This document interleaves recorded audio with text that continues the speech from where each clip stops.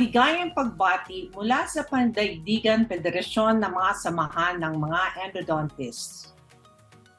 Buo namin pinagmamalaki ang pagdiriwang ng World Endodontic Day sa ika-16 ng Oktubre. Ito ay isang natatanging araw upang magbigay pugay sa mga pagsisikap ng mga dentista at mga endodontists na naggagamot para manatili sa bibig ang likas ng ngipin. Ang malusog na ngipin na ligtas sa sakit at infeksyon ay mahalagang bahagi ng pangkalahatan kalusugan ng tao. Kaya naman, kinakailangan mapanatiling malusog ang ating likas na ngipin sa abot nating makakaya.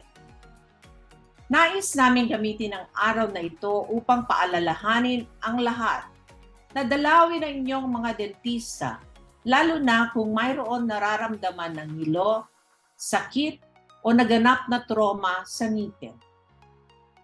Ang mga dentista at lalo na mga endodontists ay may kakayanan magsagawa ng mga maaasahan at sayantipikong mga pamamaraan sa pagligtas ng milyon-milyon mga ngipin taon-taon. Amin pinapasalamatan ang lahat ng mga dentista at endodontists sa kanilang katapatan sa tungkulin at profesionalismo ngayon World Endodontic Day. Maraming salamat po at naway tayo'y manatiling nakangiti araw-araw. Mabuhay!